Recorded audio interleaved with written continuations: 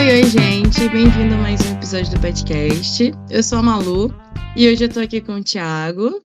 Olá, tudo bom?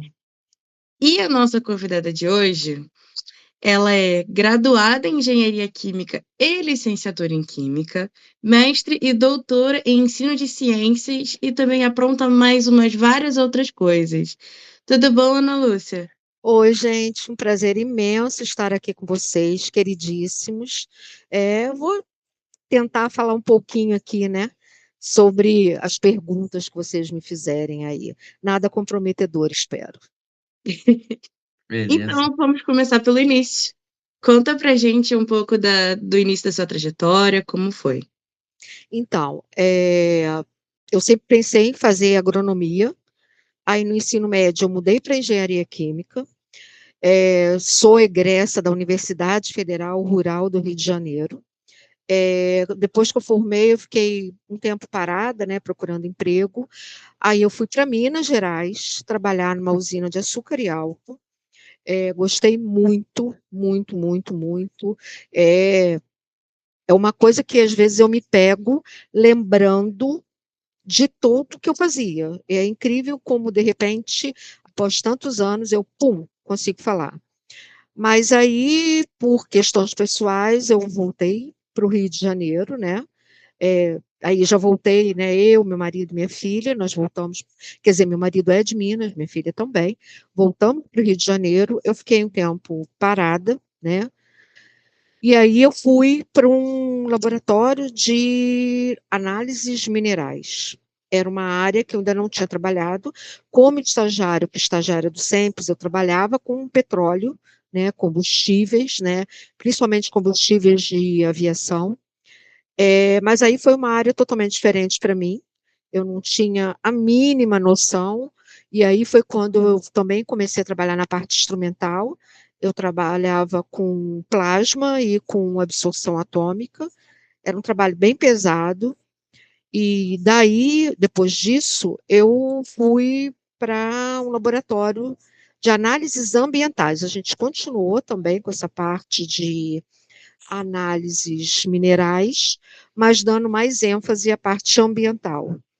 E aí, nesse período, eu fiz uma especialização em engenharia sanitária e ambiental na Fiocruz, que também me possibilitou, ampliou toda essa parte minha da engenharia sanitária, né, e ambiental. E depois daí eu fui para outro laboratório de análise ambiental, em que a gente também trabalhava com a parte, principalmente com tratamento de água, né? E também com controle de água para diálise, esse tipo de coisa. Então, era muito detalhista, né, as etapas. Nesse intervalo, eu já tinha feito, né, a complementação pedagógica, que é a segunda graduação em licenciatura, para a licenciatura em Química, já tinha prestado concurso para o Estado, então já era professora do Estado, também fui professora contratada do IFRJ Maracanã, no período 2008 e 2010. E aí, depois disso, eu também fiz a especialização em ensino de Química, parei com a parte da área da engenharia, né, eu já estava meio que de saco cheio daquilo. A gente fica muito tempo e como é que eu vou falar? Eu comecei a perceber que eu tinha uma maior indicação para o ensino. Foi aí que eu decidi fazer o mestrado em ensino de ciências, no IFRJ, campus de Nilópolis, mestrado acadêmico. Gostei demais, muito, muito. E surgiu o concurso, né, para ensino de química. Eu fiz e hoje estou no IFRJ, campus Duque de Caxias, que eu amo de paixão. Adoro. Descobri também que eu amo de paixão, né? Adoro trabalhar com formação de professores, é uma coisa para mim muito cara. Descobri ainda a minha grande paixão pela história da química, e hoje também atuo, né, depois do doutorado, também atuo no mestrado e doutorado em ensino de ciências do campus Nilópolis, né, o PROPEC, que eu também gosto muito. pesquiso mais na área de formação de professores e história da química. Enfim, uma rápida trajetória, embora ela tenha muito tempo nessa estrada. Uma rápida e gigante, né? Muita coisa interessante que você fez. Sim, sim, muita variedade. É, mas o que te levou a seguir na área da química? Você já sempre Olha, gostou da química? olha, uma coisa interessante. Eu sempre achei que seguiria alguma coisa ligada à matemática, porque eu gosto muito de matemática. Estranhamente, não, eu vou ser absolutamente sincera, não foram os professores de química que me fizeram ir para a química.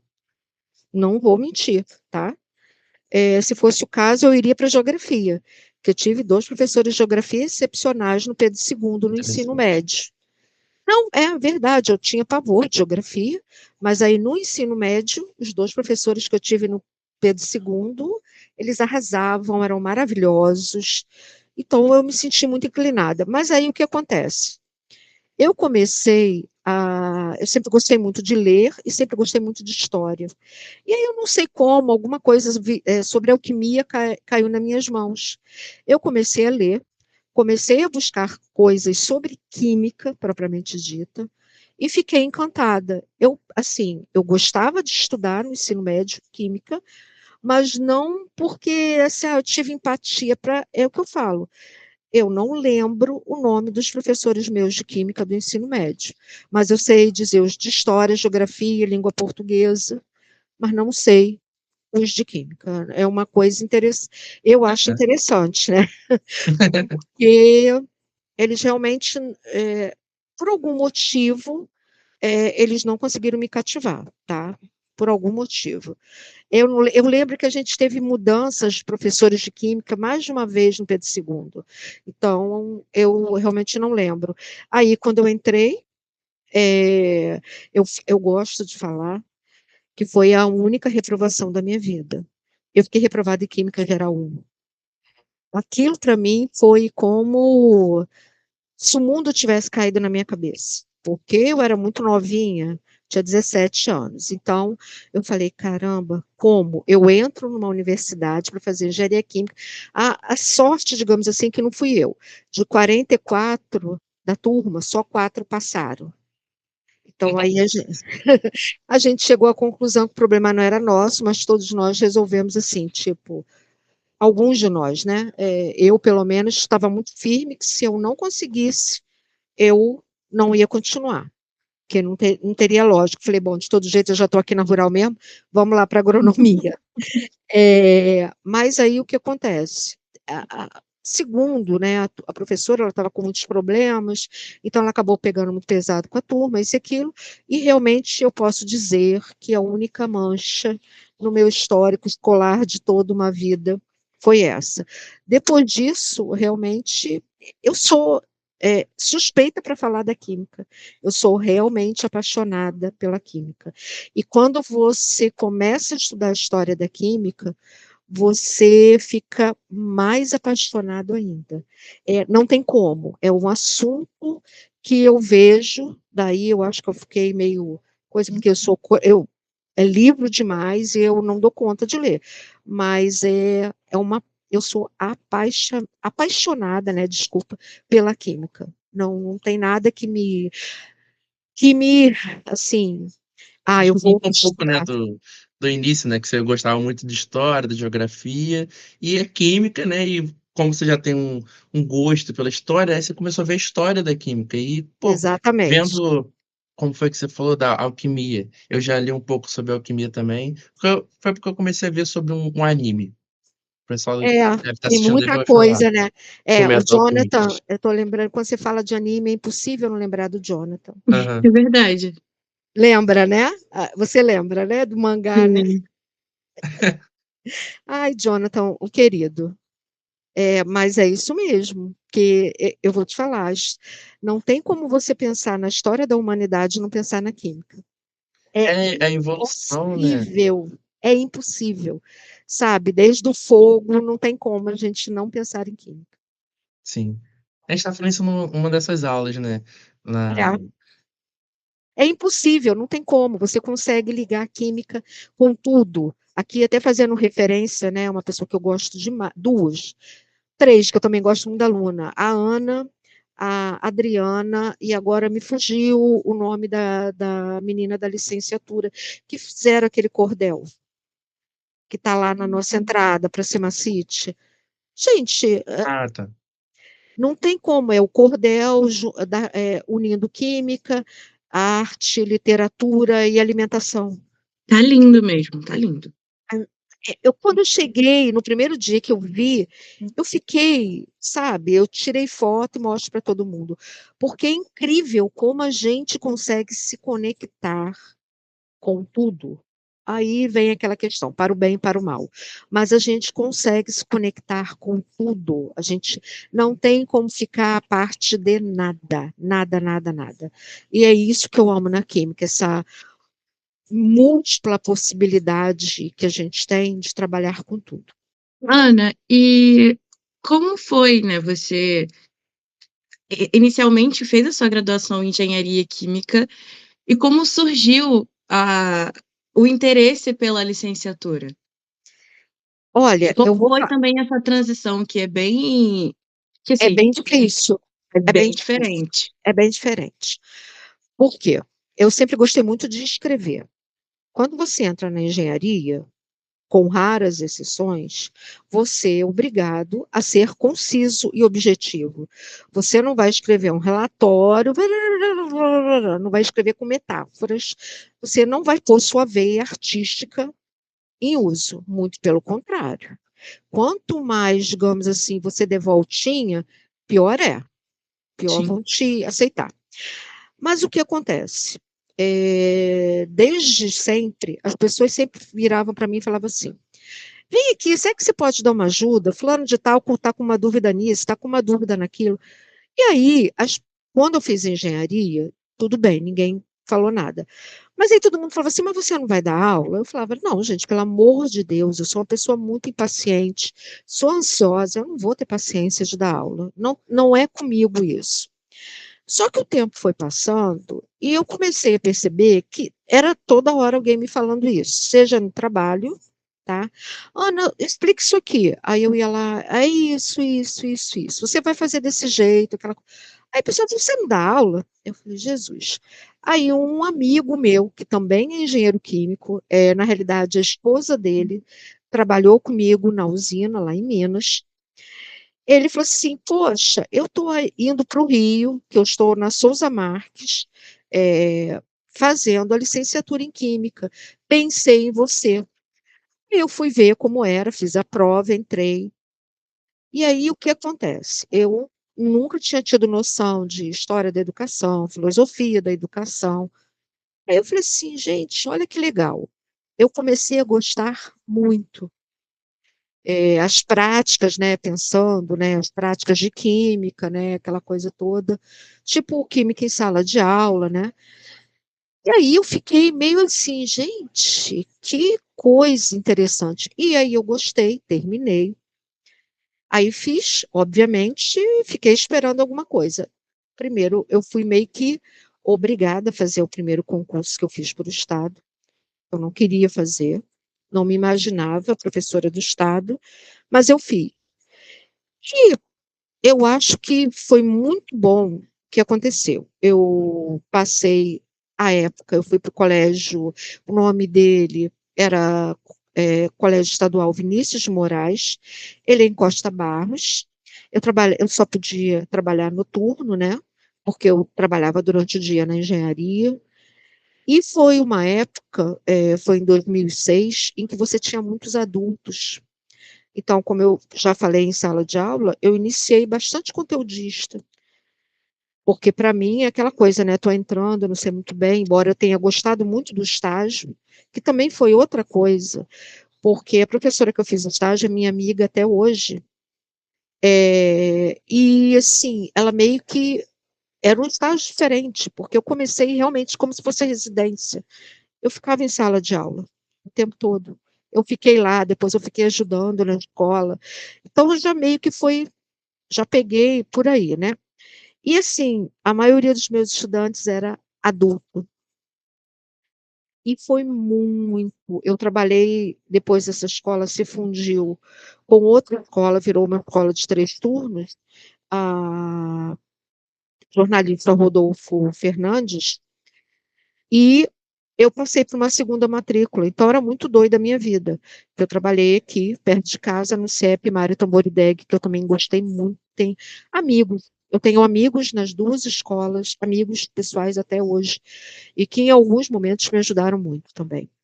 E eu gostei muito. Eu gosto de explicar. Eu odeio dar prova.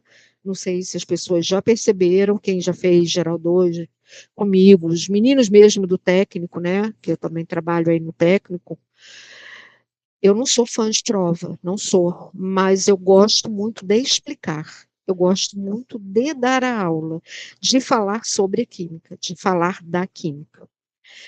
E aí, quando eu vi, eu estava gostando muito. Quando teve a chance que eu saí do meu último trabalho, eu falei, não volto mais para isso, a não ser de repente uma consultoria, alguma coisa, que até no início eu ajudei em alguns casos, fui responsável técnica de empresas, mas assim, é uma coisa que hoje eu não me vejo fazendo outra coisa a não ser isso, estar na licenciatura e estar com os meninos do técnico, que eu também me divirto muito, gente. Eu adoro estar com eles que eu falo que são os meus cotocos, né? Porque é tudo novinho, isso e aquilo eu gosto, né? Então, eu não sei, foi algo que eu não digo que eu perdi tempo, não estando desde sempre na licenciatura, porque o que eu vejo é que eu consigo agregar essa minha experiência da engenharia química na licenciatura, porque eu consigo ter um olhar muito realista e prático do que é o mundo do trabalho, nos 2 casos. Além disso, eu também acho que foi extremamente relativos esses meus 13 anos no Estado. Ele me ajudou a ser uma pessoa melhor e me ajuda em muitas situações em que eu me vejo, entendeu? É, nas aulas, porque você meio que, no Estado é o que eu falo, o salário não é bom, espero que um dia venha a ser, mas você tem muita autonomia na sua sala de aula. Essa é a grande vantagem. E você consegue lidar, você aprende a lidar com situações muito diferenciadas. Não sei se eu consegui responder a contento Sim. aí que você estava. Não, muito bem. E é interessante a sua fala, porque a gente percebe, pelo menos eu percebi dentro do IFE, que existem alguns polos de alguns professores que acabaram saindo da graduação, seja da graduação direto da área bruta, e foram parar na sala de aula, e aí falta, não é que falta, mas houve um tempo de adaptação para poder ver a parte pedagógica, a dinâmica, né?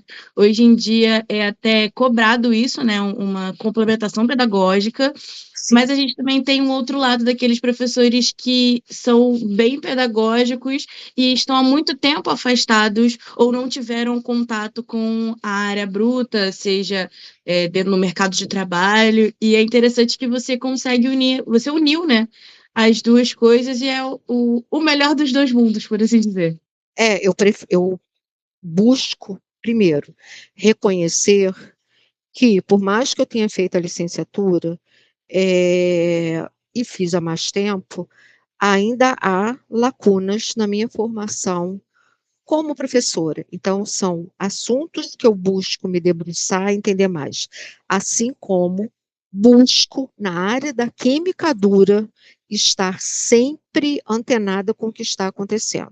Por exemplo, a área ambiental é uma área que eu aprendi a gostar muito e gosto muito, porque eu entendo que só pensando a química ambiental e a química verde, a gente vai estar trabalhando com justiça, racismo ambiental, questões de direitos humanos, alertar a sociedade para uma série de riscos.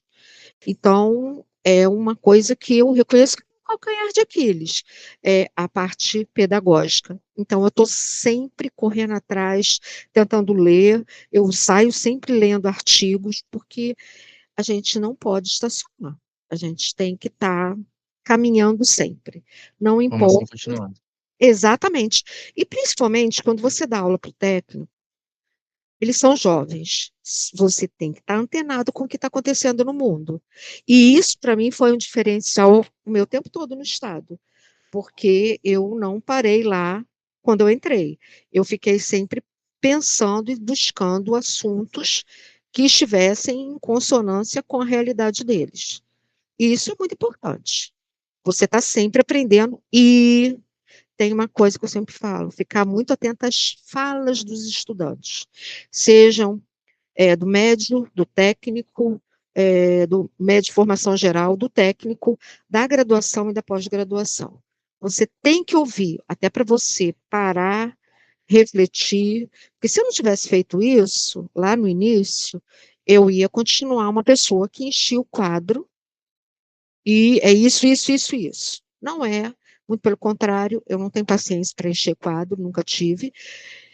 Mas no início eu me forçava a ter, porque eu achava que isso era o certo. Mas aí eu percebi que não era o certo. Apesar de que eu falo, por exemplo, trabalhar com educação de jovens e adultos hoje é uma realidade que precisa ser incorporada às licenciaturas. Uma série de questões da contemporaneidade que precisam ser levadas para dentro da aula de licenciatura, não só nas matérias pedagógicas, em todas, porque você não sabe qual é o público que você vai atender, e todo e qualquer público seu merece que você saiba como trabalhar com eles, né? Algumas vezes fica difícil, muito difícil, mas a gente tem que, pelo menos, tentar, né? Buscar esses caminhos. E dá pra pegar um. Pode falar. Não, não, não. Pode falar, pode falar. Então, e dá pra pegar também um tema de hoje em dia, né? Contemporâneo, e associar com a história da química, né? Só Dá tem, pra fazer trabalho fácil com os só tem, alunos. só tem, só tem. Agora mesmo, acabei, na semana passada, eu entrei num mini curso, digamos assim, da UFRJ, do NEABI da UFRJ. Porque do IFE, eu não estou conseguindo horário para participar da disciplina do NEABI. Tá muito corrido para mim. E aí, como era à noite, online, eu consegui justamente pensar na questão da educação antirracista numa visão quilombola e numa visão, por exemplo, da Lélia Gonzalez. Eu até teve a professora que esteve lá conosco na Semacite, né, fazendo... Não, foi na semana mesmo da consciência, né? Ah, tá. Ela falou que ela é branca, como eu, não é um lugar de fala, mas é um lugar de luta como professora. E eu considero isso também. Então, eu acho que a história da química, por exemplo, é algo que ela passa mesmo, é um tema transversal e tem como a gente trabalhar muito isso. E aí, todos que são meus alunos sabem que eu sempre busco trazer essa temática. Algumas vezes é tanta coisa para a gente trabalhar, né? Até uma vez a menina falou, professora, por que a senhora não trabalha o livro da Bárbara Carini? Porque eu tinha acabado de receber o livro, tinha acabado de comprar, e eu não tinha realmente lido ele. Então, assim, eu ia lançar de qualquer jeito, né? Mas eu já pretendo agora que eu consegui ler com mais calma, até esse próprio curso comecei a ler outras coisas. Ela também é professora, né? A Bárbara Carini e olha que interessante. Ela é da licenciatura em Química. A Federal da Bahia é maravilhosa nesse aspecto. O Jorge Merceder Neto, que Malu conheceu, não conheceu na residência? Conheci, a gente foi num. Ele estava no encontro, né, lá em Sim, Nilópolis, sim. e a palestra dele foi, assim, excelente. Faz Maravilhoso. pensar muito além do que a gente vê só à frente. E um rapaz muito jovem. Então, assim, Exato. é por aí que a gente passa. Então, eu tenho os livros dele, tenho os da Bárbara Carini, para a gente pensar. Tem um artigo que as pessoinhas eu vou passar. Malu está livre de mim, mas eu vou mandar para ela e para aquela pessoa, você sabe, né? A outra Aquela fofa, metade. a outra metade. Porque é dele e faz muito pensar sobre a Lei 11.645, né, que engloba a 10.639.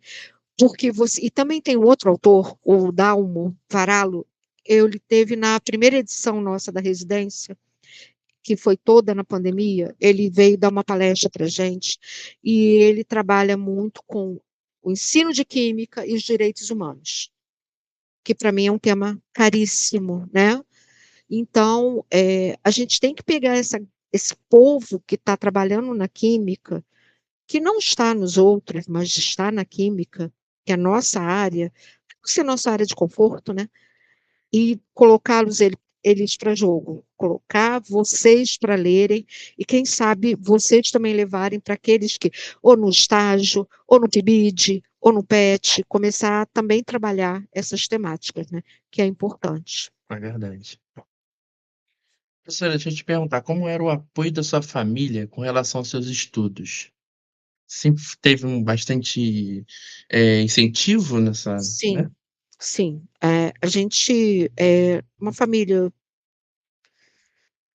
assim, tanto meu avô materno quanto paterno eram operários, né? Um operário, ele era gráfico, o outro trabalhava numa fábrica de biscoitos de massa no centro do Rio, né? No inglês, também trabalha, era tecidos também. Então, os dois sempre colocaram que os filhos deveriam estudar. Aí, assim, mais antigos, aí eles concluíram o ensino médio. O meu pai não foi, continuou na graduação, apesar do meu avô ter bastante dificuldade financeira, porque queria mais saber de trabalhar e paquerar, né? Ficar por aí. A minha mãe fala mesmo que para ela o ensino médio estava bom, mas o sonho do meu avô era que a minha mãe tivesse seguido, minha mãe é filha única, né? Tivesse seguido, né, para dar aula, ele achava o máximo ser professora, mas aí, quando a gente, né, eu e minha irmã, o lema foi sempre o seguinte: aqui é prioridade estudar, mesmo que não tenha muitas coisas, mas tem que estudar. Então, a gente sempre foi muito incentivada a ler e a estudar. Então, assim, eu, sinceramente falando, eu não tive. eh, Estudei em escola pública, um pequeno período eu estudei em colégio particular, por conta da reforma do ensino, e aí eu pulei séries, né, uma coisa assim. A minha universidade, né, a primeira foi na rede pública, então, assim, o incentivo foi para que todas nós, porque a maioria da família, né, são a segunda geração, terceira geração, digamos assim, é toda de mulheres, tem dois rapazes só, todas nós, né, fizemos faculdade, todo mundo trabalhando na engenharia, sou eu e tenho os meus dois primos, tem professoras, tem médico, tem nutricionista, tem fonoaudiólogo, então, assim, tem uma variedade, né? E aí, por sua vez, agora, o nosso intuito também, vocês têm que estudar. Porque é uma coisa que ninguém tira da gente. O aprender, o conhecimento, ele vai estar sempre com você. Às vezes você dá muito certo na vida, e às vezes vai demorar para dar certo. Às vezes, digamos assim, se você pensar só no financeiro, todo mundo normal, digamos assim, tem ninguém excepcional, financeiramente falando, mas sim, é uma coisa que meus pais sempre nunca esconderam, foi o orgulho da gente estar sempre estudando, os netos, então, meu pai, por exemplo, quando eu entrei no mestrado, meu pai faleceu, mas foi 7 meses depois. Então, tipo, mas ele sabia já que eu estava no Percebi. mestrado. Minha filha também estava no mestrado, meu sobrinho também estava no mestrado. A minha sobrinha estava trabalhando o dia inteiro já como pedagoga. Então, assim, Deu orgulho para ele, ele não, sabia. nossa, ele começava já a falar, ele ia falar qualquer coisa, já colocava todo mundo no meio, entendeu? Era, digamos assim, se ele tivesse que ter uma carta de apresentação, seria falar dos estudos da família, né? Para ele isso sempre foi uma fonte de orgulho. Meu avô também, meus avós, né? Todo mundo sempre falava muito sobre isso, que eles viam que era necessidade nossa de estudar para a gente pensar em ser independente, né? Principalmente as mulheres. Já tinha esse viés meio feminista na coisa. E quais foram as principais dificuldades encontradas, né, diante dessa parte dessa história familiar? Olha, primeiro foi quando eu fui estudar longe de casa, né, porque eu morava na rural. Eu não estava muito acostumada, era muito novinha, né, eu sempre nunca morei longe, mas depois, sinceramente, eu falo, que eu tenho é isso, que eu tenho amigos até hoje, da época minha de faculdade, né, alguns a gente acabou perdendo contato por diversos motivos, mas, assim, são amigos que eu trago até hoje. A gente tem contato até hoje. E para mim foi muito importante, até por uma questão de autonomia. Eu vejo que, assim, dificuldades, é claro, a gente não dava para comprar todos os livros, muita coisa de livro, por exemplo, que eu acho essencial, para depois de formada, porque realmente não era nem que meu pai dissesse que não ia me dar, mas eu mesma achava que não, sabe, vamos nós. Às vezes as dificuldades de história familiar com relação ao ensino, eu realmente não tenho como relatar. Se eu dissesse, ó, tem que ficar virada hoje estudando aqui no quarto, quando eu vinha para casa, ninguém me incomodava, ninguém me cobrava fazer outra coisa, nem a mim, nem a minha irmã. A não ser, tá, você está estudando, então vai lá, fica estudando. Então, assim, eu não tenho. Estudar aqui na minha família, eu falo isso tanto do lado da minha mãe quanto do meu pai, sempre foi uma prioridade para os nossos pais. Então, o apoio sempre foi muito grande, na medida, claro, do possível, deles. E digo que isso também foi também dos avós paternos e maternos, né, dos meus pais, da minha mãe, os pais deles também. Não foi questão de não vai estudar, não. Quem não prosseguiu os estudos, no caso meu pai, minha tia, meu tio, minha mãe, foi porque realmente não sentiram necessidade, né? Porque a época era outra, as pessoas queriam mais ingressar no mercado de trabalho, meu pai ingressou, tudo tranquilo, não teve problemas, mas minha mãe e minha tia, mais aquela coisa de ser do lar mesmo, né?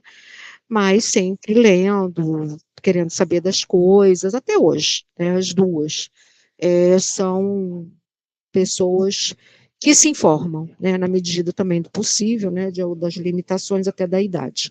Mas eu não tenho, digamos assim, eu tive que parar de fazer isso para fazer aquilo. Não, não tive. Seria falsidade da minha parte, inventar moda, que eu não tive nenhuma dificuldade nesse aspecto. Posso ter tido dificuldade nas disciplinas, estudar muito, ficar nervosa, mas não familiar. Mas faz parte, né? É, A gente enfrenta dificuldades. A gente não é bom em todas as matérias, né? não tem como. Principalmente quando alguns professores não ajudam, né? Eu amo falar do meu professor de Química Orgânica 1, que acabou com toda a paixão que eu poderia ter pela Química Orgânica. Ah, Tive outros que compensaram tudo isso, tá? aham. Os outros 3 que vieram na 2, na 3 e na 4, e nas experimentais compensaram isso, mas ele conseguiu me marcar muito, porque ele é muito ruim, muito ruim. Acontece. Acontece, né? Tem professores e professores. É, Ana, aproveitando essa questão dos impactos, né, que a gente tem e as dificuldades, você falou sobre a história da química, né? Falou um pouquinho de como esse interesse ele surgiu. Eu queria que você falasse pra gente, é, qual foi o impacto, né, qual é o impacto da história da química na sua atuação e como você acha que ela também impacta como se fosse um benefício, né? O que você acha que ela impacta na vida dos outros também? sim, bacana a pergunta. Eu, como falei, eu sempre me interessei muito. Mas aí, na engenharia química, né, eu espero que esteja mudando, eu sempre fico xeretando os currículos, as grades e tudo. Eu não tive a mínima noção disso. Você tinha aquilo assim, fulaninho de tal deduziu isso. Aí, por exemplo, lá na fisicoquímica, para deduzir aquelas leis, pererê, pererê, termodinâmica aplicada às máquinas. Aí você vai vendo isso. Mas você, em si, não, você não consegue. É por isso que, às vezes, eu vejo críticas, mas não é a pessoa em si, é a formação dela. Tá? E na própria licenciatura em Química, a gente não tem disciplinas voltadas, nem sempre são obrigatórias, né? E a gente tem mais história, filosofia, sociologia, mas é da ciência. Eu vejo isso como necessário, mas, sinceramente, eu vejo como necessário a história e a filosofia, que eu acabei interrompendo minha fala. A Bárbara Carini, por exemplo, ela tem a licenciatura em Química, mas ela fez filosofia. A gente tem um pé muito lá dentro, a gente não consegue relacionar, mas quando a gente começa a ler, a gente vê que tem tudo a ver. Você está falando de muitas abstrações quando a gente está falando da química, né? Bom, aí retomando ao que Malu perguntou, quando exatamente por isso. Aí fui para engenharia há muito tempo, caiu alguma coisa ou outra que eu li aqui e ali, mas aí o que aconteceu? Quando eu fui para o ensino da química, eu comecei a grande referência para mim foi a química nova na escola. Eu sempre buscava, né? Outra coisa que me ajudou pra caramba, que me fez abrir mais o olho, foi quando eu fui para a especialização. Eu fiz a engenharia sanitária e ambiental e depois eu fui para a especialização em ensino de ciências com ênfase em biologia e química, que é ofertada no Maracanã, tá? Gente, ali abriu mais ainda os meus olhos, né? Porque eu tive a chance de conviver com professores muito bons, que trabalhavam muito essa questão também da história da química, da filosofia da química. Um deles foi o meu orientador, que hoje é do programa de mestrado em ensino de química profissional da UFRJ, o professor Valdemir Araújo, né? Que eu adoro, vulgo Barroco. Ele foi, eu tive uma orientadora, mas ela, por conta de problema de saúde, ela teve que se ausentar, então Valdemir assumiu, e depois Valdemir foi da minha banca de mestrado, né? Ele trabalha com essas disciplinas nesse mestrado, né, que é voltado ao ensino de química. E aí eu comecei a compreender muito mais quando eu me interessei, e aí veio também, eu falo que a minha filha me salva de muita coisa, porque ela é técnica de controle ambiental pelo IFRJ Maracanã, mas ela foi para a área de história, né? Aí ela me apresentou o Gaston Bachelard. Aí eu comecei a ver toda a questão da ciência imbricada ali. Depois ela me presenteou com um livro, Tabela Periódica do Primo Levi. Ali eu falei, cara, é isso, é história da química, é pensar a história da química conectada junto à sociedade. Por que eu acho que foi muito importante? Nisso tudo, eu ainda estava como, por exemplo, professora de química no ensino médio do estado. Você tem alguns livros que trazem algumas coisas, mas geralmente são boxezinhos, e como tem muita gente que acha que falar de história da química é falar de linha do tempo, falar de biografia de cientistas. Isso faz parte, como eu falo sempre a mesma frase, isso faz parte da história da química, mas não é a história da química. A história da química vai muito além disso. É você realmente entender o contexto em que esses processos foram pensados, gestados e elaborados. E aí eu comecei a ler, aí começou uma outra paixão minha, que é Marie Curie, que eu também, a vida dela é muito potente, e de tantos outros. Ela é muito potente, mas tem muito mais gente, tá?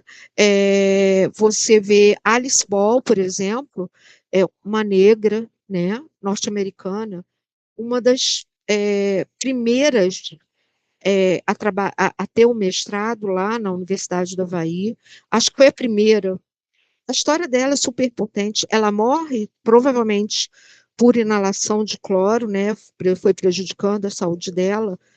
e como, de repente, usurparam todo o trabalho dela, e tempos muito depois que se foi descobrir a contribuição dela e tantos outros, né? Então, a gente começa a ver, por exemplo, eu gosto de falar das questões que envolvem a química na Segunda Guerra Mundial, tá? A indústria química alemã. Eu sempre falo sobre isso, que é a área que eu pesquiso, né?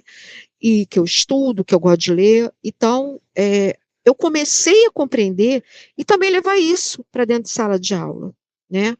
Quando você começa, por exemplo, a pensar, estudar, e aí eu juntei a parte também da engenharia sanitária e ambiental, quando você vai falar, por exemplo, tratamento de água no ensino médio, formação geral, você traz informações que vão unir história da química, as questões de direitos ambientais, direitos humanos, quando você trata outros assuntos que são retratados. A partir do momento que eu comecei a ler e compreender a história da química, eu comecei a compreender que eu também poderia ser uma professora melhor, porque eu não ia trazer um fato pronto e acabado. Eu conseguiria trazer detalhes sobre isso. Quando você estuda, por exemplo, a trajetória de Lavoisier, você vê que, assim, essa história de pai da química, isso para a história da química não existe. Ele não fez nada sozinho, ele tinha associação com vários outros. Ele foi um diferencial na química. Mas pai da química, sabe, é um termo que a gente deve evitar, né? Então, você consegue conectar o momento histórico de todas essas, digamos assim, contribuições de Lavoisier, mas todo antenado naquele momento. Tem gente que não sabe que ele foi decapitado, porque ele tinha uma outra profissão, né, na realidade. E aí, por aí vai. A gente tem Franz Harber, que, que a gente chega lá, apresenta, nossa, o cara ganhou um Nobel. Cara, mas se você vai ver a vida dele, pelo amor de Deus, ele deveria ser meio que, não existiu, porque o cara era a esposa dele, uma das primeiras físico-químicas alemãs, ela é pouco falada. A própria senhora Lavoisier, ela continuou após a morte dele, todos os desenhos são dela. São detalhes que trazem um diferencial para o ensino da química, entendeu? Que fazem com que você entenda que química, a ciência química não é fórmula, não é poluição ambiental, não é morte. Isso para mim é muito importante. É trazer a essência da química, e a química pode fazer, que ela representou no progresso das sociedades, para a sala de aula. E aí o aluno, ele se interessa, ele quer, sabe assim, tipo, como se eu estivesse contando, e foi isso, e por que isso? Coisa não aparece para ele como se tirada de uma cartola do mágico. Eu acho que é mais ou menos por aí. Então, eu acho que é uma essencialidade o profissional da química saber a história da química, mas saber por fontes adequadas, né? Não é fofoquinha daqui e dali de que os livrinhos nos boxes, né? Ah, A história da química, eu percebo que ela permite a gente ter um outro olhar em relação a tudo que a gente já aprendeu, né? Exatamente. Exatamente como a senhora falou, de entender que a ciência, de modo geral, mas já que a gente está particularizando a química, ela não é feita apenas por um indivíduo, ela é um coletivo. Alguém pensou naquilo, foi construído ao longo do tempo, existe uma coletividade muito importante, né? Você tem aí o apagamento de algumas personalidades, seja por conta de machismo, seja por conta de racismo. Você tem também a questão de uma ciência que ela é explorada apenas aqui na parte branca, né, nas Américas, Roma, então os arianos, né, você não tem a parte a África, onde é que também tem outras E, coisas. e é lá que nasceu tudo, né? Vamos lá. é, Exatamente, Lá, lá a origem, não tem como fugir disso. é verdade. exato. Então, entender de que não é apenas isso que a gente aprende nos livrinhos, como a senhora falou desde o início. E Exatamente. aproveitando esse viés, Hoje em dia, quais são as dificuldades que a senhora acha que o ensino de química ou até mesmo a história da química tem, e aí de enfrentamentos? Olha, eu acho que são muitos. A gente tem uma questão muito séria, que eu sempre bato, a dificuldade em leitura. As pessoas, de modo geral, não são muito chegadas à leitura. E se você quer saber sobre, por exemplo, história da química, ou mesmo química, ciência como tal, você tem que ler, você tem que se aprofundar. A gente está numa sociedade que é muito imediatista, né? A gente tem uma diversidade muito grande, entendam. A gente não poderia hoje estar aqui se não fosse a questão da digitalidade, né, digamos assim, né, das mídias digitais. Só que é muito complicado numa sala de aula, de qualquer nível que seja, você trabalhar quando você não tem atenção das pessoas, né? E aí, com isso, qual é o grande problema? As fake news, elas se propagam muito rapidamente. Elas encontram um mercado muito fértil, um solo fértil, digamos assim, para se propagarem. A gente enfrentou isso de forma muito clara, muito nítida, e causou muito prejuízo durante a pandemia, que eu falo, nós não podemos esquecer. Nunca, jamais. Não é para a gente ficar arrastando corrente, não é essa a questão. Eu falo, a gente não pode esquecer a escravidão, a gente não pode esquecer o Holocausto, a gente não pode esquecer só o Holocausto da Segunda Guerra, a gente tem vários outros holocaustos, a gente tem um holocausto nosso aqui, que foi de Barbacena, do Hospital Psiquiátrico, a gente tem os holocaustos dessa perda de vidas e tempos e culturas, de todas essas guerras travadas por poderio econômico e financeiro. Não venham me falar que é por conta disso ou daquilo, porque é poderio econômico e financeiro, eu mando mais que você. E são vidas perdidas que não são restituídas, são culturas que se apagam. Né? A gente tem agora, teve a questão das queimadas aqui, então, a gente tem todos esses atravessamentos que eles ocorrem por conta do próprio negacionismo. A gente, infelizmente, eu acho que não cabe aqui discutir isso, mas a gente tem vieses, atravessamentos religiosos que acabam por levar também ao negacionismo, e porque quem quando você não se informa, é muito fácil de você ser enganado. E aí levam a questão da vacinação. Eu estava prestando atenção no avião, tanto na ida quanto na volta, falando sobre vacinas, a necessidade das pessoas se vacinarem. Vacina tem a ver com a química, tá? Quando você vai, por exemplo, tem um livro muito interessante, vários, aliás, né, falam sobre a revolta da vacina aqui no Brasil, a dificuldade que foi. E aí você fala assim, cara, mas isso era lá atrás, quando as pessoas tinham poucas informações. Mas a gente vê hoje isso, a gente vê doenças consideradas erradicadas voltarem. Porque as pessoas não querem vacinar. Meu pai e minha mãe nunca questionaram a eficácia e eficiência de vacina. Eu nunca questionei. Entendendo isso, por que as pessoas questionam agora? Então, eu acho que a dificuldade que a gente tem a gente percebe que o profissional da licenciatura, ele precisa estar cada vez mais preparado. Mas como fazer isso sem ampliar esse tempo de formação? Sem fazer com que as pessoas fiquem mais tempo na universidade, né? Principalmente pensando num país em que a gente só tem desigualdade e algumas vezes, né, a gente tem os nossos estudantes tendo que trancar ou mesmo abandonar para poder ajudar o provimento na sua família. Que essa é uma realidade, né? E aí, o que eu vejo? A grande dificuldade é que a gente, como profissional da licenciatura, a gente tem que entender que, independente de qual seja a nossa disciplina, nosso conteúdo curricular, a gente tem que trazer para dentro dele muita coisa além do conteúdo técnico.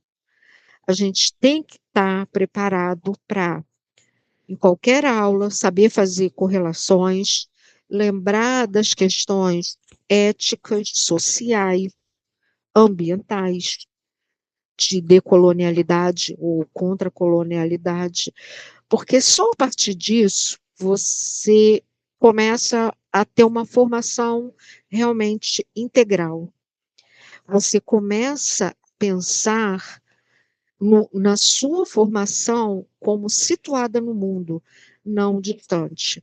Porque o que acontece?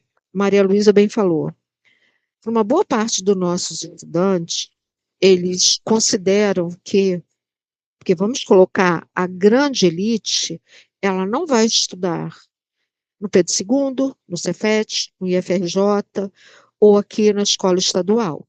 Eles vão para as grandes escolas de rede quando não vão estudar no exterior. Essa é a realidade. Então, é o brasileiro comum da classe média, que também tem complexo de classe média alta, né, às vezes, ou de rica, que vai estudar nessas escolas. E que, às vezes, é sonegada uma série de informações, né? Então, eu vejo que é nesse momento a escola, seja por atividades, e aí eu realmente saúdo muito as coisas da Semacite, Sematec, Semac, JIT e todas as outras, porque elas possibilitam aqueles estudantes que não tinham contato com assuntos diversos, os próprios debates que NEABI, no GED, NAPNE proporcionam, que eles não teriam, às vezes é só você observar alguns alunos, quando eles entram e quando eles saem, eles são diferentes. Em alguns momentos, na escola do Estado, eu também percebi isso. Mas a gente vê isso muito forte nos Cefetes, nos Pedro II, e nos IFRJ. Como os alunos, às vezes, entram, e foi isso que eu percebi muito lá no PET, né?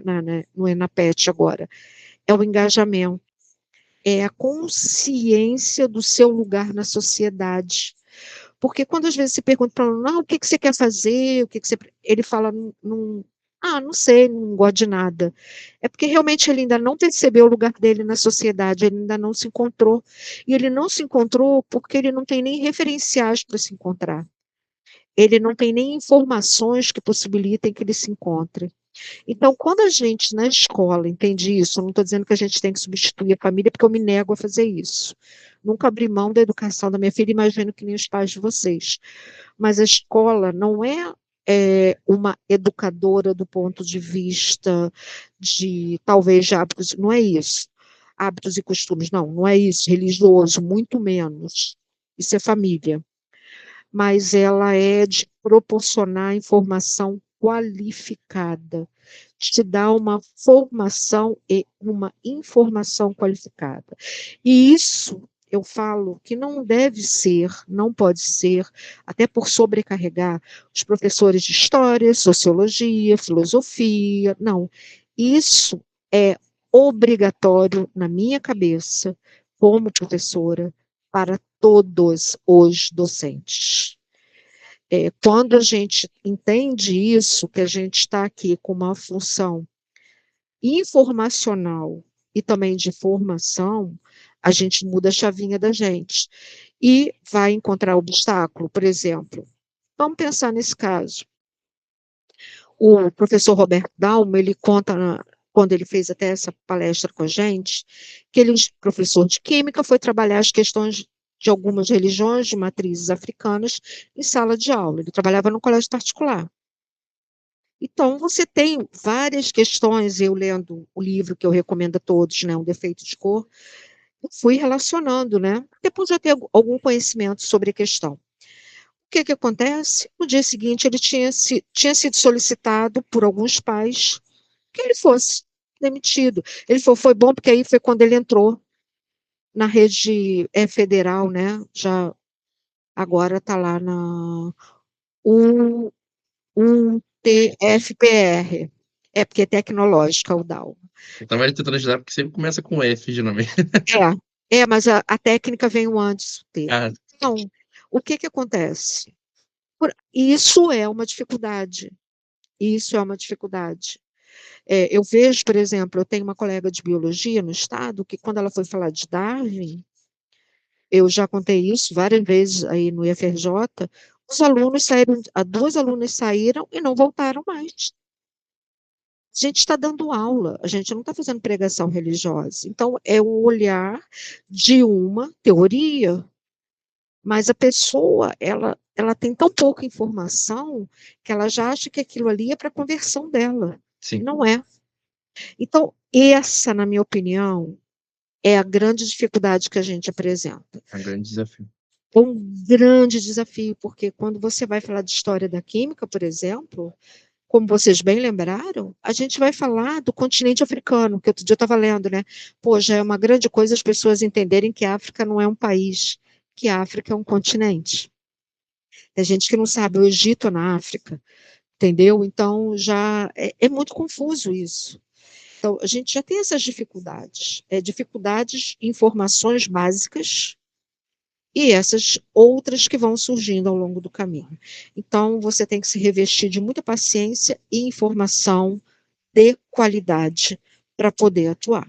Essa é, para mim, o grande desafio do professor do século XXI, professora do século XXI.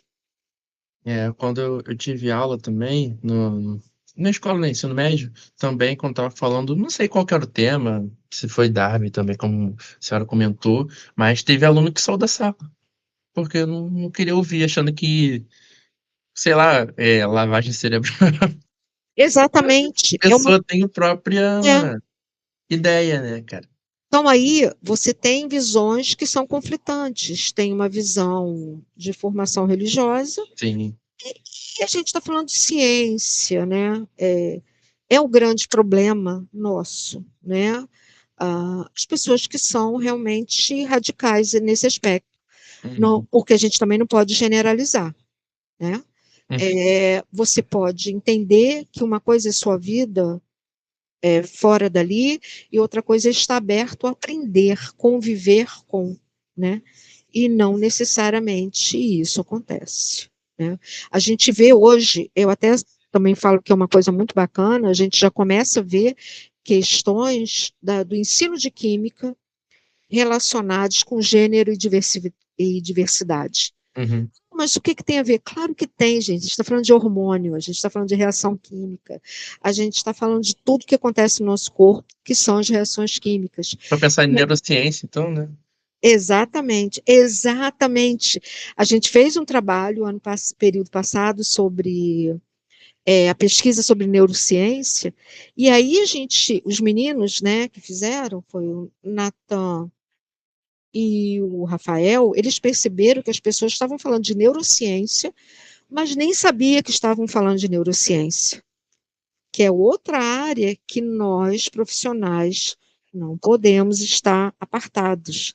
A gente tem que correr atrás, entender um pouco mais esses mecanismos de aprendizagem, entender como isso funciona. Acho Não que a é, universidade auxilia muito. exato, mas aí todo mundo acha que, se você está falando de neurociência, você está falando só de problemas. Não, muito pelo contrário, você está trazendo soluções. E aí isso ficou muito claro para eles. Poxa, mas isso aqui é neurociência, mas não está nem no título, nem na palavra-chave, e não tem nenhuma menção sobre isso, mas era neurociência. E as pessoas não se dão conta do que estão falando, entendeu? Então são muitas coisas que você tem que, na realidade, se preparar e ir colocando isso. A sua aula, na realidade, ela tem que ter várias camadas, ela tem que ter vários enfoques. Você pode estar ali falando da lei tal, mas você tem que trazer aquilo não como uma caixinha fechada, mas como um processo que levou muito tempo para se concretizar e teve consequências. Essa é a realidade do ensino de química. A gente está preparado para isso. Professor, fala pra gente, então, algumas indicações, né, para conhecer a história da química. Pode ser livro, ah, Olha, museu, né, algum local físico, né? a gente tem um problema sério com divulgação científica da química. Isso já é uma questão, tá? Muito séria. A gente tem um livro tem Radioativos, que deu origem ao filme sobre a Marie Curie. Eu recomendo a versão em português da tabela periódica do Primo Levi. Você tem uma coleção História da Ciência para a Formação de Professores, que é da professora Maria Helena Beltrão Roxo, vamos colocar assim, a primeira autora seria ela, porque eu não estou lembrando dos outros autores. Eles têm uma coleção justamente voltada para a história da ciência. Por qual o problema? Quando você pega livros da história da ciência, você vai ter um capítulo, às vezes, voltados para a história da química. É basicamente história da física, tem alguma coisa sobre matemática e alguma coisa sobre biologia, mas da química, às vezes, é uma só. Então, básico. Gente, é tanto livro. Se vocês me derem um minutinho, eu pego ali e falo para vocês. Espera aí. Vai lá. Eu não consegui encontrar um deles, mas eu consigo o nome dele aqui rapidinho. Então, vamos lá. Eu tenho, por exemplo, a Alquimia dos Processos de Ensino e de Aprendizagem em Química, tá? Da professora Laís dos Santos Pinto Trindade. Então, a Alquimia dos Processos... Eu fechei minha câmera. Alquimia, a gente não consegue gravar, né? Mas Alquimia dos Processos, tá? Não sei se vocês, de repente, querem tirar o print, que seria interessante, né? Tem esse. Tem as aulas de Marie Curie. Uhum. Sim, eu não trouxe nem um décimo do que eu tenho aqui, tá? Tio Tungstênio, que eu acho que quase todo mundo conhece, né? Memórias de uma Infância Química, e o Oliver Sacks não é da química, tá? Esse livro aqui eu comprei para o doutorado e ele é impressionante. O Farmacêutico de Auschwitz. Ele me ajudou muito. A história real de como os gigantes da indústria farmacêutica alemã apoiaram o regime nazista, fizeram fortunas com as câmaras de gás e usaram cobaias nos campos de concentração para desenvolver medicamentos que usamos até hoje. Ele me auxiliou muito no doutorado. História da química, eu não sei falar francês muito bem, mas é Bensoul-Vicent Stenger. Tem uma nova edição, eu tenho a anterior e tenho essa. Esse livro, ele é muito bom, muito, muito, muito bom. Tem muito sobre a história da química, tá? Tem uma parte deles. História da ciência para a formação. Deixa eu botar na câmera para ficar melhor. Acho que se botar pra trás, perto do seu rosto, não sei. Tem hora que foca, tem hora que não foca. História da Mas sabendo ciência. assim, a ideia do livro na imagem, dá pra História saber. da ciência para a formação de professores. Maria Helena Roxo Beltrán, Saito e a professora Laís dos Santos Pinto Trindade, tá? Aborda a construção e a transformação dos pressupostos teóricos metodológicos. Não, isso aqui é fundamento da história. E tem essa coleção aqui, que é História da Ciência, Tópicos Atuais, tá? Elas são 5 volumes.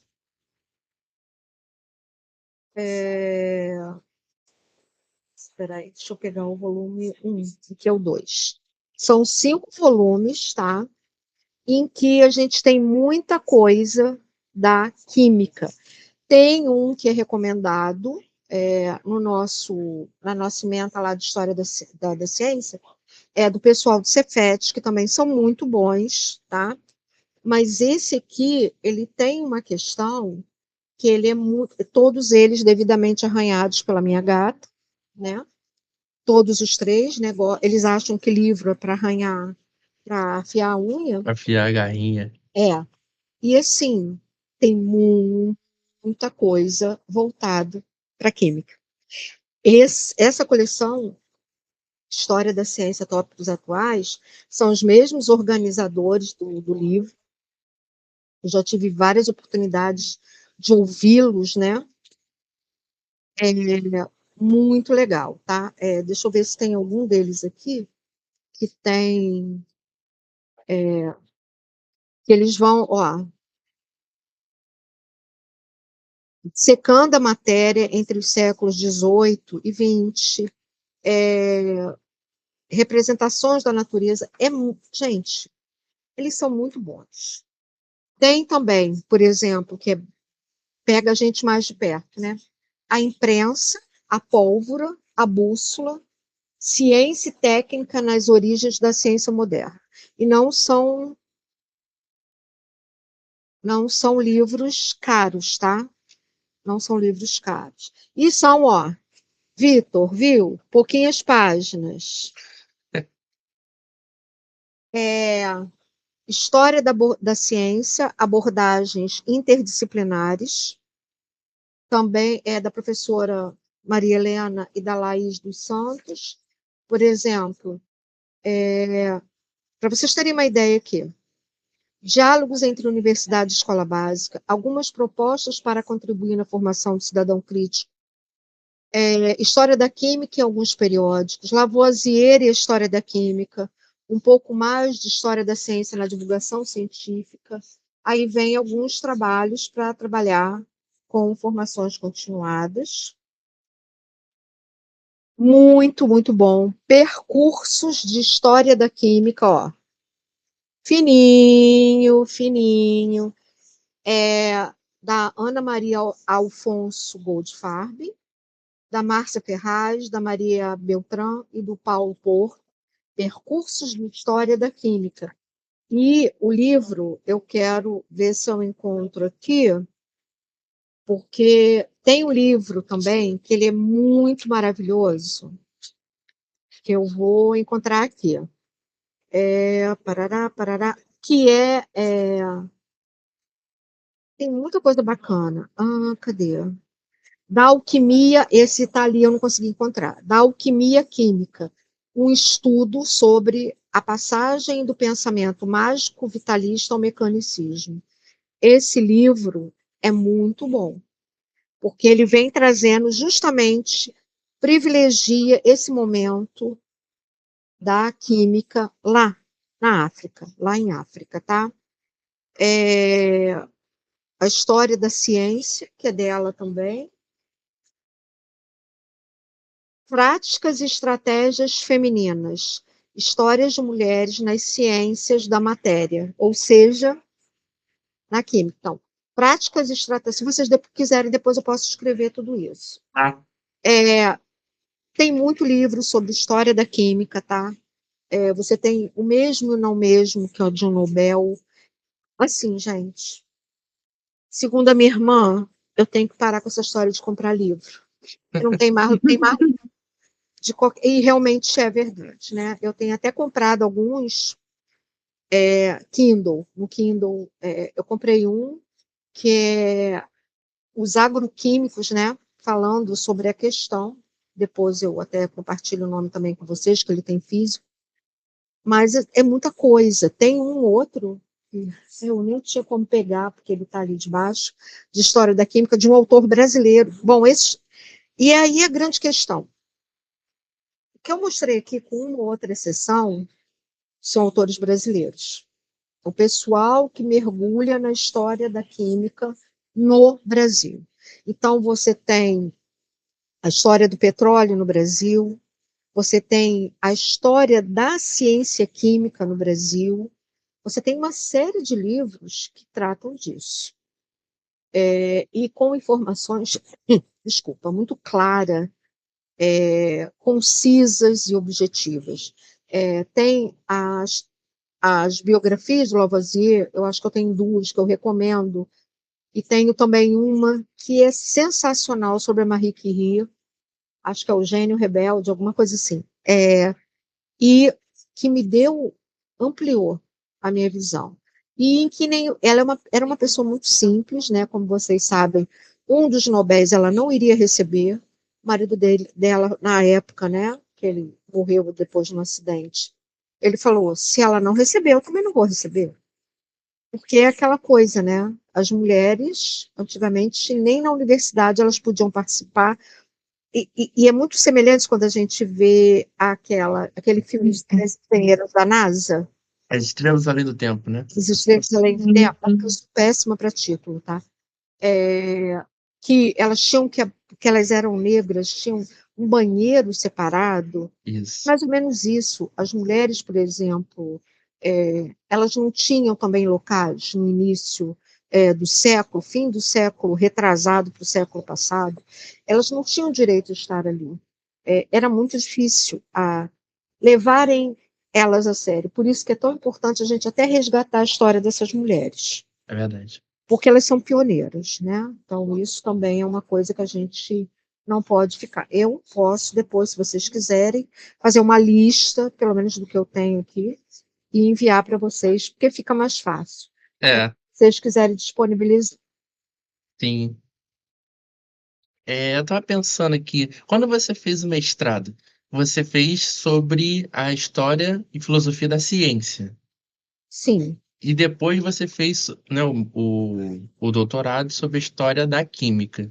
Quando você fez o mestrado, você foi nesse momento que você percebeu que era mais sobre a história da ciência e depois que falou, poxa, eu queria fazer sobre a química. E depois Não, você se envolveu pensando na química? não, na Você percebeu essa realidade, diferença? foi uma questão, assim, de querer, se você olhar, eu falo da história da ciência, mas eu privilegio, quando eu faço o levantamento, a história da química. Ah, Eu faço relação, porque algumas vezes, mesmo sendo material de história da química, o pessoal coloca história da ciência. uhum, E aí, naquele momento, por exemplo, o site da Federal da Bahia, no recorte que eu fiz de 2011 a 2015, eu não conseguia acessar, tá? Teve até um parecerista depois de um artigo que eu acho que ele ficou meio brabo comigo por isso, mas aí eu mostrei para ele que eu não conseguia acessar o diretório da universidade. E aí eu não podia ficar esperando a de eterno para poder fazer minha publicação, né? Defender. Mas o que eu percebi ali é que, pelo menos nesse recorte, 2011 a 2015, a gente tinha uma parcela. As pessoas até às vezes mencionam a história da química, mas ela não é o objeto de estudo delas. Então, ali, eu busquei história da ciência e história da química, porque eu percebi que muitas vezes as pessoas estavam falando da história da química, mas colocavam história da ciência. Eu não sei se era para ser mais palatável, ou até, não sei, mas mesmo assim, o número foi muito pequeno. Eu encontrei, à época, 23. Provavelmente, se eu tivesse tido acesso. Também tem os recortes. Eu só olhei da área de ensino. E provavelmente, se eu tivesse tido acesso a materiais da Federal da Bahia, eu teria tido mais coisas. Entendeu? Mas quando eu fui para o doutorado, aí eu já fui um pouco mais abusada. Porque, na realidade, porque assim, você já. É outra visão. Você entra no mestrado, você vai encontrar dificuldades, principalmente quando a gente é da área dura e a gente está indo para a área de ensino. tá. É uma outra realidade. Para mim, então você está dizendo com isso que o de bancada é mais fácil? Não, nada disso. Cada um tem sua dificuldade. A mesma coisa que eu queria falar assim, fazer geografia é fácil, fazer engenharia química é difícil. Não. Todo mundo vai encontrar suas dificuldades que são inerentes a cada um dos cursos, tá? Isso aí, para mim, não existe. Cada um com o seu cada um. Mas, para mim, a dificuldade foi na escrita. Como eu falei no início, eu estava muito acostumada a escrever. Do nada, eu passei anos sendo muito objetiva. E meio que é muito seca a linguagem. Ao passo que, quando você está na área de ensino, que é a nossa área, a gente, a gente tem que justificar tudo que a gente está fazendo, tem que ler muita coisa, tem que ter os referenciais teóricos, as metodologias. E isso, no mestrado, é um pouco, ui, eu não estou acostumada com isso. Quando você vai para o doutorado, você já está um pouco mais, digamos, familiarizada com isso. E aí foi quando eu investi mais em falar de história da química, mas trazendo. Eu não consegui fazer muito o que eu queria, que era deixar Primo Levi como objeto central da minha pesquisa, porque para mim ele foi assim um grande incentivador, tanto no mestrado quanto no doutorado, tá? De eu pensar a química por um olhar completamente diferente. Pensar a química realmente como ali na sociedade, como como algo pelo qual justifica você querer saber mais, entendeu? Para mim. Então, eu trouxe muito ele, principalmente artigos que eu escrevi depois. Teve um que eu fiquei muito feliz de poder escrever, porque era uma revista que eu queria escrever nela, publicar nela e poder trazer ele mais, que foi a Revista Brasileira de História da Ciência, porque o Primo Levi, embora químico, ele é muito trabalhado na filosofia, na história e até mesmo na sociologia. Mas na química, ele basicamente, você vai encontrar muito pontual as pessoas que trabalham com ele, entendeu? Tem livros pensando nele, o pessoal até chama de químico-escritor. Aí eu já consegui dar um enfoque maior nele, mas ainda não é do jeito que eu quero. Entendeu? Eu quero ter tempo para fazer do jeito que eu quero alguma coisa, entendeu? Hum. Mas aí eu já consegui cair mais dentro da história da química e dele. Mas eu sou sincera, ainda não é do jeito que eu quero. Posso dizer que esse artigo que eu escrevi para a Revista Brasileira de História da Ciência foi mais próximo do que eu queria, mas ainda também não é a forma que eu quero trazê-lo e demonstrar. Entendi. Ana, ainda falando sobre a sua formação, eu queria saber como o seu trabalho dentro da indústria e a sua atuação como professora do Estado, né, do ensino médio regular, eles construíram a Ana Lúcia que hoje leciona tanto para o ensino superior quanto para o ensino médio técnico. Primeiro, eu tenho uma noção muito clara, e isso eu falava para os meus estudantes da formação geral. E que eu falo com todo mundo, então, assim, eu não estou fugindo, né? Eu estou sempre a minha fala. Uma coisa é você estar formando alguém para formação geral, outra coisa é você estar formando para uma formação técnica. Por isso, por exemplo, que eu falo que eu sou contra esse novo ensino médio, BNCC6, todas essas coisas. A gente precisa repensar? Sim, precisa, mas não precisa eliminar. A gente precisa entender que não há necessidade que um menino do ensino de formação geral ele saiba, digamos assim, com requintes disso ou daquilo, saber determinados conceitos. O técnico precisa. Que é o que eu falo. A não ser que você vai ter o treinamento inicial, instrumentalmente falando, sim, porque aí você tem, cada lugar tem um equipamento, tem toda forma de lidar com ele diferente. A absorção que você usa num lugar pode não ser a mesma do outro, o cromatógrafo de um pode ser do outro. Tem gente que nunca trabalhou com cromatógrafo, como foi o meu caso.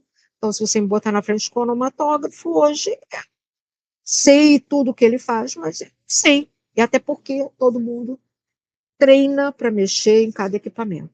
Mas você não vai chegar numa indústria e tem que fazer a titulação, seja potenciométrica ou manual, de um cloreto, ninguém vai te ensinar. Ninguém vai te dizer, você pode até ter um manual para você preparar as soluções porque é óbvio que tem isso, mais comumente usadas num laboratório, numa indústria. Mas ninguém vai ficar do teu lado, olha, você vai fazer. Não, não vai.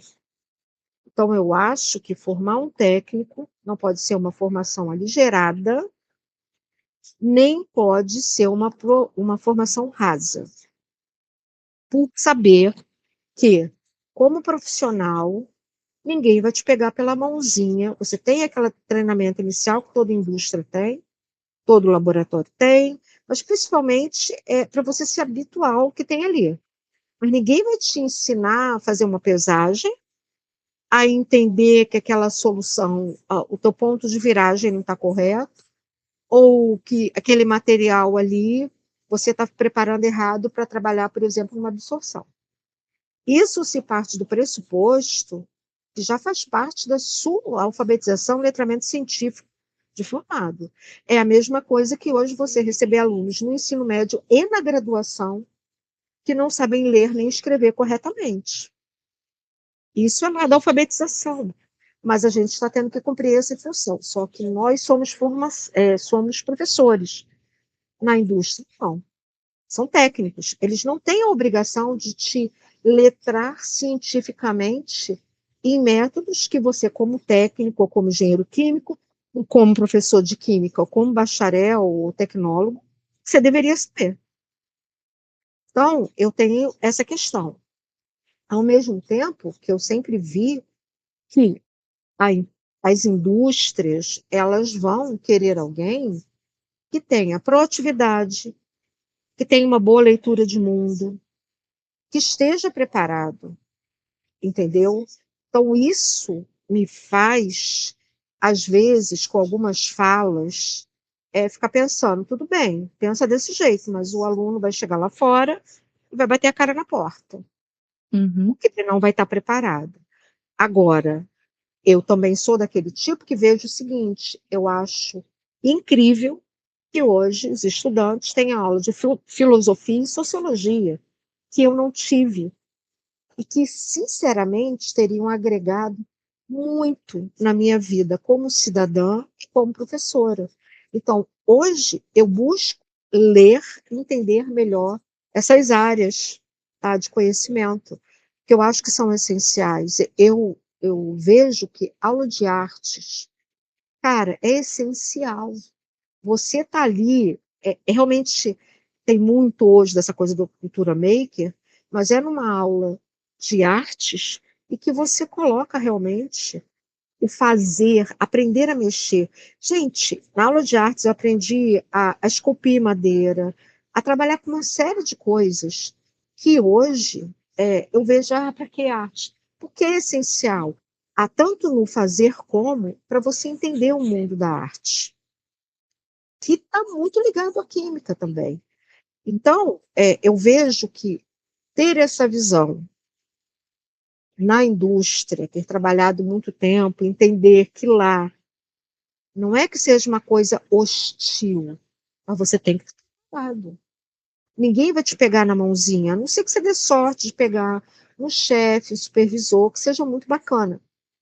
Tive essa sorte, tá? Em vários lugares. Mas você tem também que a pessoa perceber que você está preparado.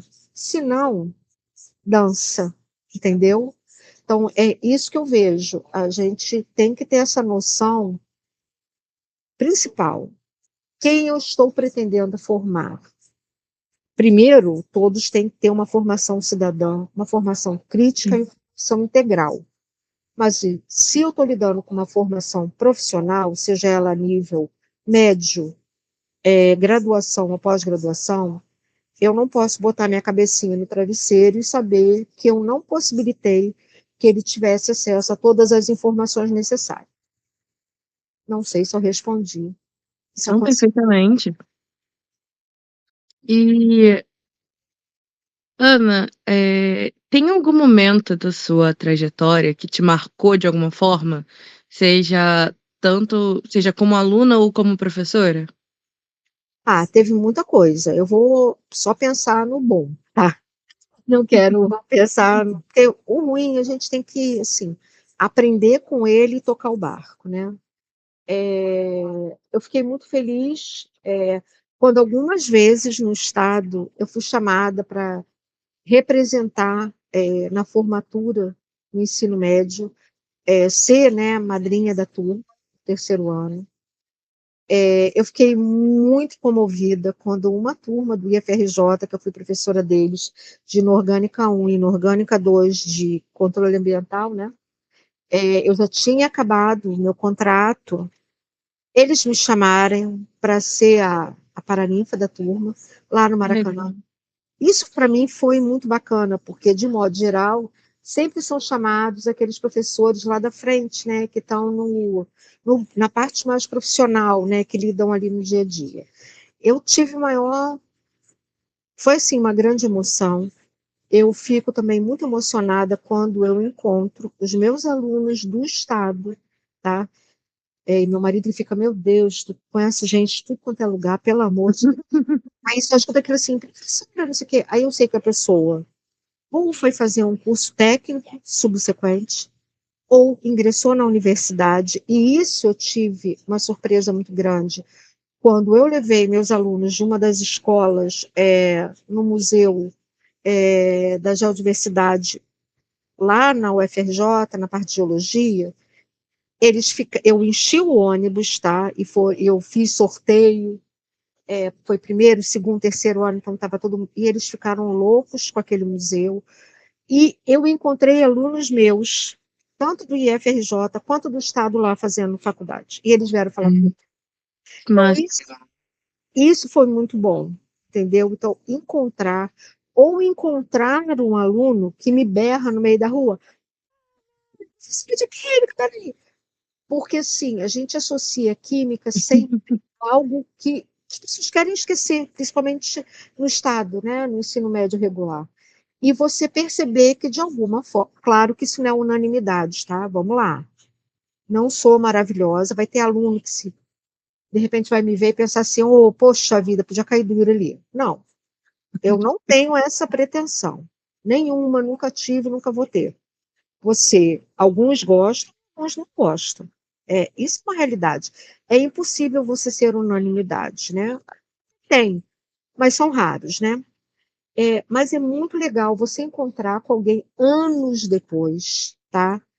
E a pessoa te contar a trajetória dela e você perceber que, de alguma forma, você conseguiu fazer com que essa pessoa seguisse em frente. E que ela, história... Agora, claro que a gente não tem só histórias exitosas, a gente tem algumas perdas e muitas pelo meio do caminho, tá? Principalmente dando aula num local com uma comunidade muito carente, né? Como foi o caso lá em Costa Barros. A gente viu muitas perdas, tá? Em que a gente sofreu muito com isso, todos nós, mas, infelizmente, é o estado desigual que a gente tem, né? Em que, infelizmente, a população preta sofre muito ainda. Discriminação, não tem equidade. O nosso país, ele ainda não pode se falar que é um país equitativo, né? A gente não tem as mesmas condições de largada para todos. Essa é a realidade, né? E isso é uma coisa que, infelizmente, impacta muita gente quando professor. Mas, assim, para mim sempre é muito legal perceber a alegria quando vocês conseguem alçar voos maiores, quando a gente percebe que vocês se encontraram profissionalmente e quando você é lembrada por alguém que passa por você e te dá oi, professor, nossa, isso é muito bom. Eu falo que são pequenas conquistas, tem até uma foto, acho que foi de pé, que eu sempre falo que vou colocar, que você tá, Malu, que aquela foto, vocês estão com uma carinha tão boa naquela foto, eu falei assim, isso aqui, essa foto aqui representa ou encontrar os meninos do médio técnico lá no corredor, que eu fiquei só no laboratório, ou então eles ficam mexendo comigo, que eles sabem que eu não gosto dessa história de tia. Ah, ela é tia. Eu, pô, já falei que eu não tenho sobrinho feio. E, entendeu? Porque isso daí significa que, de alguma forma, eles se conectaram com você. Conectar-se com o estudante, claro, sabendo seus limites, sabendo até onde você deve ir, é muito importante. Então, isso, para mim, é o que me motiva a continuar, a insistir, e que faz com que o meu trabalho tenha relevância, que eu sinta que eu estou sendo relevante. Legal. E, para finalizar, quais os conselhos que a senhora deixa para quem tem interesse de seguir os mesmos passos ou passos similares aos seus? Olha, primeiro entender duas coisas. Nunca é tarde para começar. Eu fui fazer o mestrado, doutorado, depois dos 40, até porque quando você ingressa no mercado de trabalho, como era o meu caso, era muito complicado. Eu não conseguia imaginar nenhum patrão meu me dispensando para fazer mestrado, doutorado. Então, eu passei por etapas. Eu queria muito fazer área de alimentos, como mestrado, mas aí eu queria fazer depois, assim que eu formei na engenharia química, hoje tem engenharia de alimentos, mas eu queria ter feito mestrado nisso à época, mas eu ingressei no trabalho. Depois eu pensei na área ambiental, mas não tinha como. Eu fazer essas especializações já foi complicado. O mestrado, eu tive que dar uma de kamikaze. Eu não pedi licença no estado para fazer. Eu tive que agrupar tudo. Então eu saía de uma e entrava em outra, entendeu? Então era meio, meio louco. Então, coisa para todo mundo, nunca é tarde, tá? Segundo, eu não quero ficar dando mensagenzinhas, aquilo, ai, gratiluz. Não, não é isso. Mas insista, não desista, tá? Para, respira, mas não para, porque se é uma coisa que eu já vi na vida, é que quando você para e dá um tempo longo demais, dificilmente você retoma, tá? Pensar naquilo que te faz, eu não vou dizer feliz, porque felicidade às vezes é um estado muito avançado, né? Mas aquilo que te dá, pelo menos, prazeres momentâneos de realizar. Eu sei que a gente tem que ter dinheiro, por isso eu acho que a gente tem que, primeiro, como professores, entendermos como profissionais. Isso não é um dom, não é uma queda, não é nada disso. Não é nada disso, é uma profissão. Como toda profissão, você tem que gostar do que você faz. Senão a gente não teria prédio caindo, paciente morrendo por erros médicos, não teria alunos odiando química, odiando matemática, odiando física, odiando história, tá? Mas tentar pensar em algo que te traga momentos de felicidade, tá? Ou momentos de prazer. E que entenda a dificuldade de uma disciplina, de conseguir um trabalho, às vezes é dolorido, mas uma hora você vai conseguir. Até porque, às vezes, eu falo isso muito com o pessoal, às vezes você fica tão focando na dificuldade que não se abre ao conhecer. Então, é entender, olha, eu estou reprovando nisso pela segunda vez. Tá, mas vamos ver, tem uma série de cofatores que estão ali, né? Entender você entender esses cofatores e tentar, pelo menos, minimizá-los para você obter sucesso. Uma segunda coisa é entender que a gente está numa sociedade que e, novamente, eu sei bem o que é isso. Se você fala que você é engenheira, nossa, se você fala que é professora, bom, é mais ou menos isso, tá? Então, é entender que a gente precisa conscientizar a sociedade que, sim, somos professores, é uma profissão, não é um dom, então precisamos ter salários e horários dignos do profissional, né? Agora está a luta de todos pelo fim dessa escala 6 por 1. Eu, por exemplo, eu sou uma pessoa que se recusa a entender por que o mercado tem que funcionar domingo. Gente, eu sei que tem gente que trabalha todo dia, mas o mercado fecha às 10 da noite, né? Na maioria das vezes, 9, 10.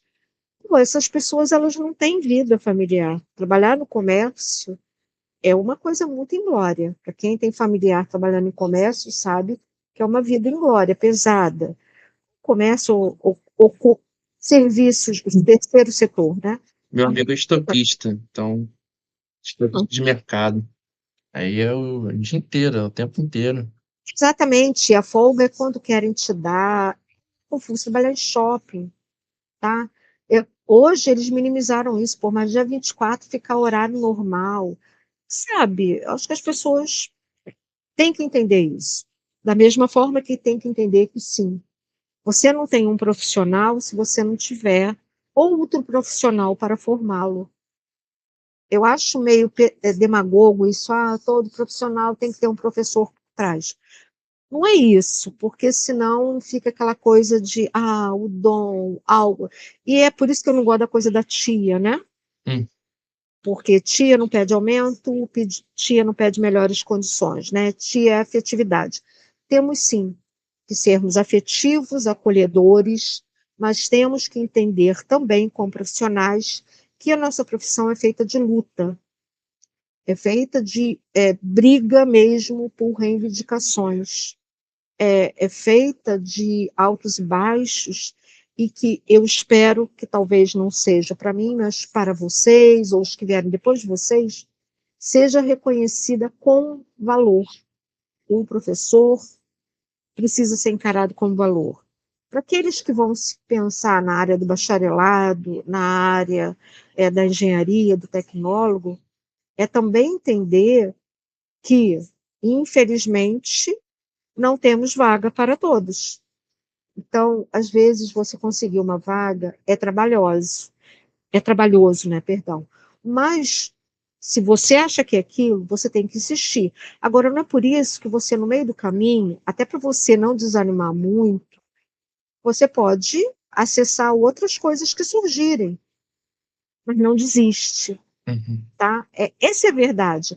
Eu, no momento, não estou conseguindo uma vaga numa escola para dar aula de química. Ou eu não estou conseguindo uma vaga na indústria. Mas você tem que ficar antenado e não se acomodar. A regra é não se acomodar. E é não se acomodar mesmo que você esteja fazendo aquilo que você gosta. Porque se você começa a se acomodar, você fica ultrapassado. Você começa a ficar fechado naquilo que você sabe e fica engessado. Então, para mim, é acreditar em você, ter a sua autoestima e não se acomodar, correr atrás. E no que tange à licenciatura, a gente apoiar todo qualquer movimento que faça com que nós sejamos reconhecidos. É o que eu sempre falo. A gente está vendo alguns estudantes, a própria academia, tá, brigando contra o novo ensino médio, mas a gente não está vendo a sociedade. E isso daí tem algum problema, porque a sociedade não está olhando para isso. E talvez a sociedade não tenha ferramentas, instrumentos para entender o quanto isso vai precarizar o ensino e aumentar mais ainda a lacuna da equidade no nosso país. É, Acho que é isso. é mesmo. Ana, quero agradecer muito a sua presença. Foi uma conversa muito boa, né? Pô, conseguimos, né, estimular, vamos dizer assim, muito o pensamento, né? Ir para áreas que a gente não está acostumado, aprender mais com a senhora. É uma conversa aprendizado. Ai, gente, muito obrigada. Eu fico muito feliz do convite, tá? Achei muito legal. Espero, assim, que eu tenha conseguido trazer, né, o que vocês estavam esperando, né? E possa, de repente, com isso, estimular. Vou mandar a lista dos livros, tá? Tá. Não vou desistir. Agradeço. Sabe que a minha blusinha do Machado de Assis é para isso, né? Vamos ler. Salve a leitura. Sabe disso, né? Então, beijoca no coração de todos vocês. Você vai cobrar o Vitor. Vitor tá falando que vai cobrar. O Vitor é o meu assessor de cobrança. Ele me lembra de tudo que eu tenho que entregar, entendeu? Porque eu acabo esquecendo, né? De deixar. A gente bota até no episódio, né, da descrição, os livros, né? Pode ser. Bacana, bacana. Vou enviar para vocês, sim. Podem ficar tranquilinhos. Agradecer aí a minha dupla, Maria Luísa, por estar aqui comigo, né, gravando episódio. Muito obrigada, Thiago, pela parceria. Ana, obrigada por ter aceitado o convite e essa conversa muito legal. Você é sempre uma figura. Na quinta, a gente vai se ver à tarde, né? Sim, Sem horas. Contamos com vocês lá na visita do CLA. sim. Então, finalizando, né? Esse foi mais um episódio do Petcast. Obrigado por quem assistiu até aqui e até um próximo episódio. Valeu. Valeu, gente.